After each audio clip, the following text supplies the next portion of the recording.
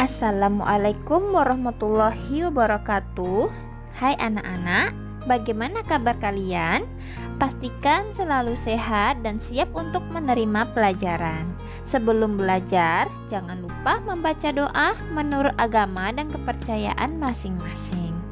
Baik, sebelum kita simak videonya, jangan lupa subscribe dan like agar video ini terus berkembang dan memberikan informasi yang bermanfaat.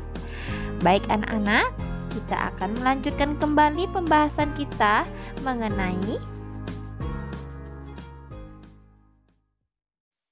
tema 7, kepemimpinan, subtema 1, pemimpin di sekitarku, pembelajaran 4. Tujuan pembelajaran kita hari ini yaitu yang pertama, siswa mampu mengidentifikasi nilai-nilai kepemimpinan yang baik dengan benar.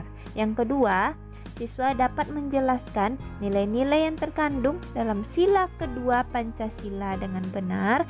Yang ketiga, siswa dapat memberikan contoh penerapan nilai-nilai kemanusiaan dalam kehidupan sehari-hari dengan benar. Yang keempat, siswa dapat mengidentifikasi peran Indonesia dalam bidang politik di ASEAN. Dan yang kelima, siswa dapat mengidentifikasi hal-hal pokok dalam teks pidato. Pemimpin adalah contoh bagi orang-orang di sekitarnya. Pemimpin yang baik selalu menularkan nilai-nilai kebaikan. Ayo membaca. Bacalah bacaan berikut. Hebatnya dokter kami. Ia adalah Dokter Rana, seorang dokter muda yang sederhana dan terampil. Ayahnya adalah mantan kepala desa kami yang telah meninggal dunia. Dokter Rana baru kembali ke desa kami 2 tahun yang lalu setelah 10 tahun lebih merantau ke ibu kota. Ia memperoleh beasiswa di Fakultas Kedokteran dan setelah lulus ia praktik di Rumah Sakit Umum Kabupaten. Semenjak ia pulang dan praktik di Balai Kesehatan Desa, aku sering mendengar perbincangan warga yang heran atas keputusan Dokter Rana untuk kembali ke desa. Bukankah penghasilan sebagai dokter di kota jauh lebih besar? Kepada ayahku, Dokter Rana bercerita bahwa cita-citanya menjadi dokter dulu muncul karena melihat kesadaran hidup sehat masyarakat desa yang sangat rendah. Sungai dipakai untuk mandi, mencuci, dan membuang hajat, lalu airnya dikonsumsi. Hasil bumi dan peternakan tidak dimanfaatkan untuk membentuk pola makan sehat. Warga lebih suka menjual ke kota dan uangnya digunakan untuk membeli makanan instan. Selama praktik di kota, Dokter Rana terbayang terus kondisi desanya. Ia merasa bahwa seharusnya ilmu yang dimilikinya sebagai seorang dokter dapat bermanfaat untuk kampung halamannya sendiri. Jadi Pak Andri, saya ini pulang untuk memenuhi niat saya ketika menerima beasiswa, yaitu mensejahterakan warga desa tempat saya lahir dan dibesarkan, ujar Dokter Rana pada ayahku. Sejak pulang, Dokter Rana memang aktif membina para remaja dan keluarga muda. Ia memberikan penyuluhan tentang pentingnya mencuci tangan, memasak air, pola makan sehat, dan imunisasi.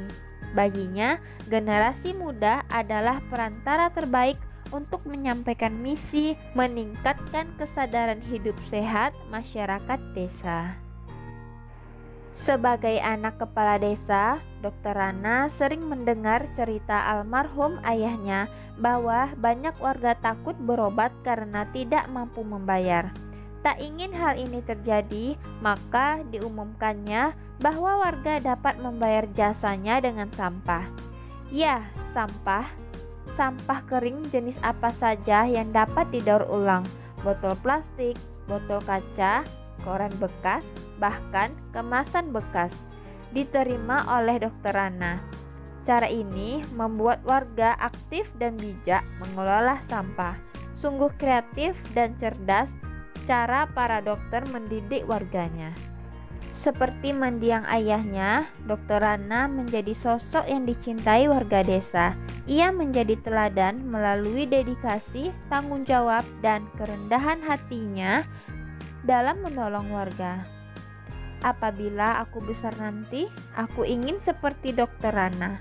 Akan kukejar cita-citaku menjadi guru dan aku akan kembali untuk membangun kampung halamanku. Ayo berdiskusi. Seorang dokter, guru, kepala sekolah, atau pemimpin lainnya memiliki tempat yang berbeda saat bekerja. Namun, kepemimpinan mereka sangat penting bagi orang-orang di sekitarnya. Yang pertama, menurutmu, apa yang akan terjadi apabila pemimpin tersebut tidak memiliki nilai-nilai kepemimpinan yang baik? Jawabannya, organisasi atau kumpulan yang dipimpin oleh pemimpin tersebut akan mengalami kekacauan. Tujuan yang ingin dicapai bersama-sama dalam kumpulan atau organisasi tersebut akan sulit terwujud. Pertanyaan nomor 2, kepada siapa saja pemimpin tersebut bertanggung jawab? Apa yang perlu disyukuri oleh seorang pemimpin? Jawabannya, bertanggung jawab terhadap anggota-anggota yang ada dalam organisasi atau kumpulan yang dipimpinnya, bertanggung jawab terhadap diri sendiri, bertanggung jawab terhadap masyarakat, bertanggung jawab terhadap pemerintah, dan bertanggung jawab terhadap Tuhan Yang Maha Esa. Pekerjaan Dr. Rana adalah pengabdian bagi kemanusiaan. Banyak orang merasa senang dengan adanya Dr. Rana.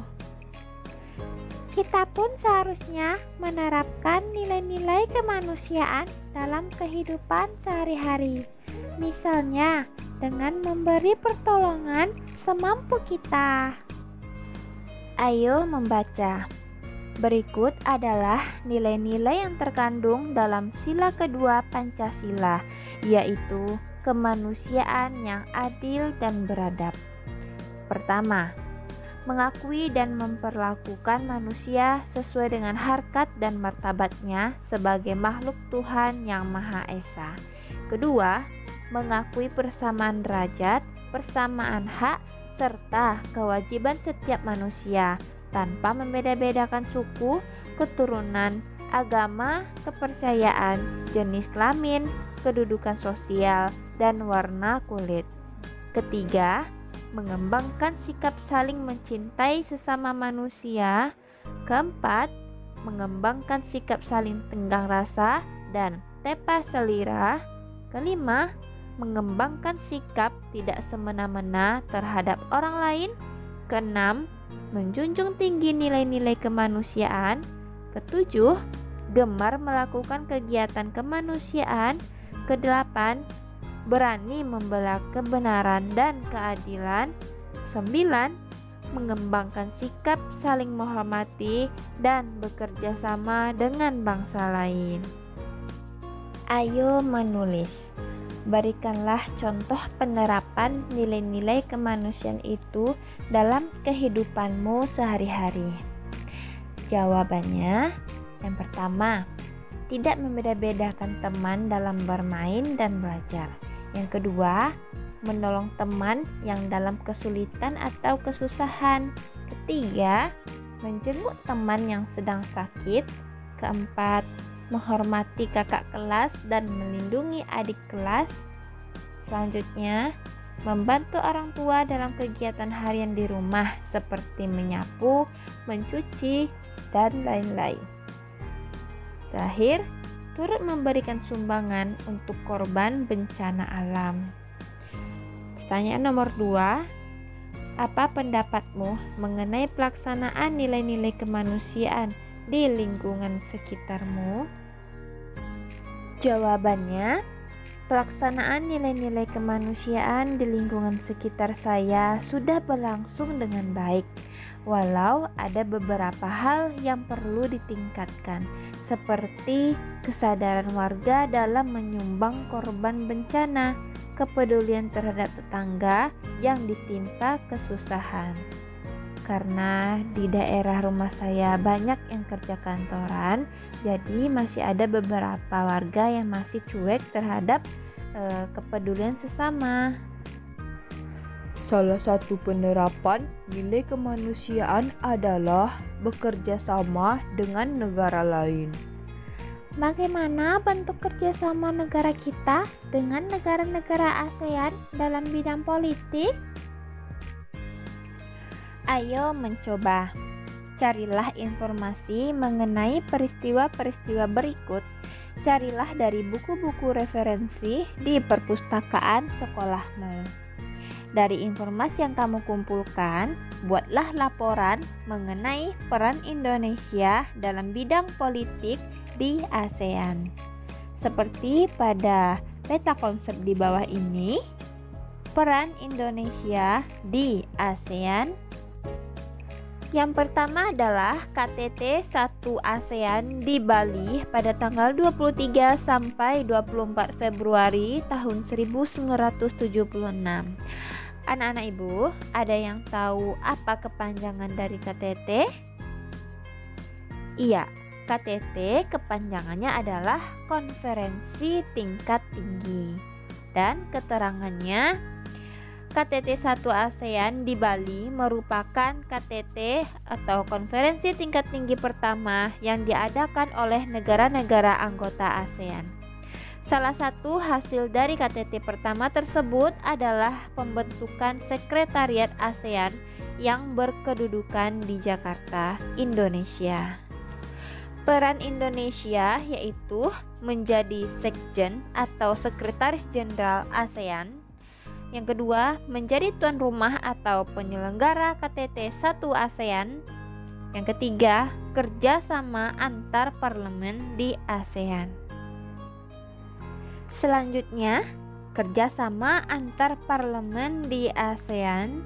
Keterangannya, ASEAN Inter-Parliamentary Organization atau AIPO merupakan kerjasama antar parlemen, merupakan badan yang didirikan untuk meningkatkan kerjasama antar parlemen negara-negara ASEAN. Peran Indonesia itu diantaranya peran Indonesia dalam bidang kerjasama antar parlemen antara lain pada tahun 1974 Indonesia atau DPR RI mengusulkan pembentukan kerjasama antar parlemen ASEAN. Pada tahun 1977 Indonesia bersama Thailand, Filipina, Singapura, dan Malaysia secara resmi mendirikan kerjasama antar parlemen ASEAN. Jadi anak-anak, negara-negara yang mendirikan kerjasama antar parlemen ini itu diantaranya adalah Thailand, Filipina, Singapura, dan Malaysia. Selanjutnya, pertemuan ke-44 Menteri Luar Negeri ASEAN pada tanggal 19 Juli 2011. Keterangannya yaitu diselenggarakan di Bali membahas tindak lanjut KTT ASEAN ke-18, pertukaran pandangan isu-isu regional dan internasional.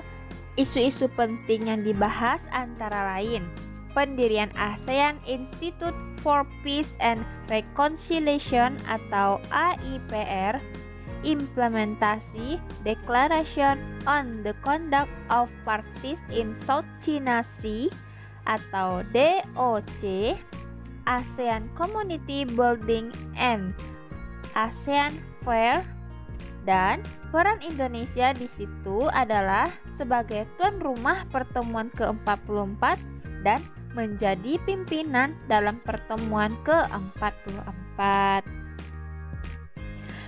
Anak-anak ibu, selanjutnya ini peran Indonesia dalam bidang politik di ASEAN. Yang pertama, mengikuti ASEAN Defense Minister Meeting atau ADMM atau pertemuan para menteri pertahanan.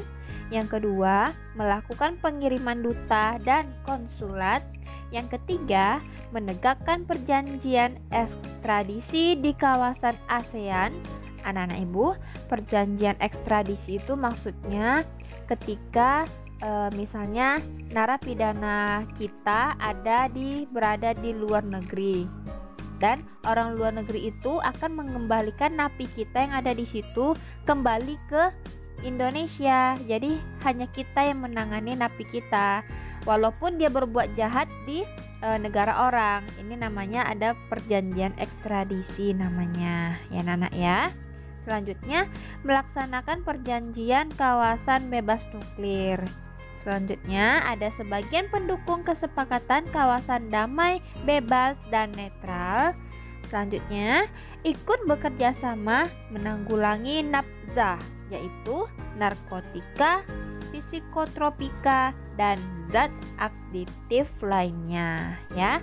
Zat adiktif lainnya tuh maksudnya dia masih sejenis narkoba juga gitu di Asia Tenggara ya anak-anak ya. Dan yang terakhir, ikut terlibat aktif dalam penyelesaian konflik di kawasan ASEAN. Baiklah, itu dia peran Indonesia dalam bidang politik di ASEAN. Ayo berdiskusi. Pada pembelajaran 3, kamu telah mengidentifikasi hal-hal pokok pada teks pidato. Sekarang, bersama kelompokmu, carilah satu teks pidato. Anak-anak ibu, karena kita belajar dari rumah, di sini kamu tidak bekerja dengan kelompok, tetapi kamu tetap bekerja bersama kedua orang tua kamu. Salah satunya juga boleh. Selanjutnya, identifikasilah hal-hal pokok pada pidato tersebut. Ingatlah untuk selalu menuliskan kosakata dalam bentuk baku. Bacakan hasil diskusi kelompokmu di depan kelompok lain-lain. Kalau ini tidak usah ya, cukup kalian periksa saja jawaban dari hasil kerja kamu dengan orang tuamu. Anak-anak, berikut contoh teks pidatonya. Assalamualaikum warahmatullahi wabarakatuh. Yang saya hormati Kepala Madrasah Ibtidaiyah Hasyim Asy'ari Dampit. Yang saya hormati guru-guru Madrasah Ibtidaiyah Hasyim Asy'ari Dampit beserta seluruh siswa-siswi Madrasah Ibtidaiyah Hasyim Asy'ari Dampit yang berbahagia. Pertama, marilah kita ucapkan puji syukur kehadirat Allah Subhanahu wa Ta'ala atas rahmatnya kita dapat berkumpul pada pagi ini dalam keadaan sehat. Warga Madrasah Ibtidaiyah Hasyim Asy'ari, kita sudah memasuki masa milenial, masa di mana tidak ada batas, tidak ada jarak di antara kita. Suatu masa yang menuntut kita untuk selalu berpikir dan bertindak bijaksana. Suatu masa di mana tuntunan jadi tontonan dan tontonan menjadi tuntunan. Warga Madrasah Ibtidaiyah Hasyim Asy'ari yang saya sayangi, pada masa milenial ini kita dituntut untuk selalu menyaring apa-apa yang kita dapat dari masa milenial ini dengan saring norma agama, norma sosial, dan kearifan lokal bangsa Indonesia. Tidak semua apa-apa yang ada di masa milenial buruk, dan tidak semua apa-apa yang ada di masa milenial baik. Adalah tugas kita sebagai generasi pelopor, bukan sebagai generasi micin yang dapat melakukannya karena di tangan pemuda maju mundurnya peradaban suatu bangsa. Mengutip perkataan salah seorang pendiri bangsa kita yang berkata, "Beri aku 10 pemuda, maka akan kuguncang dunia." Demikianlah sedikit ucapan yang dapat saya berikan. Jika ada kekurangan, saya mohon maaf sebagai seorang pemuda yang sedang merintis jalan dan mencari jati diri. Kesempurnaan hanya milik Allah Subhanahu wa Ta'ala. Akhir kata, wassalamualaikum warahmatullahi wabarakatuh. Nah, jawabannya, hal-hal pokok dalam pidato itu ada salam pembuka, pendahuluan, yaitu menyampaikan tentang sikap yang harus diambil siswa atau pemuda pada masa milenial. Intinya, mengajak siswa atau pemuda untuk bijaksana dan menyaring segala hal yang ada pada masa milenial, mengambil yang baik dan membuang yang buruk. Dan ada penutup dan terakhir diakhiri dengan salam penutup.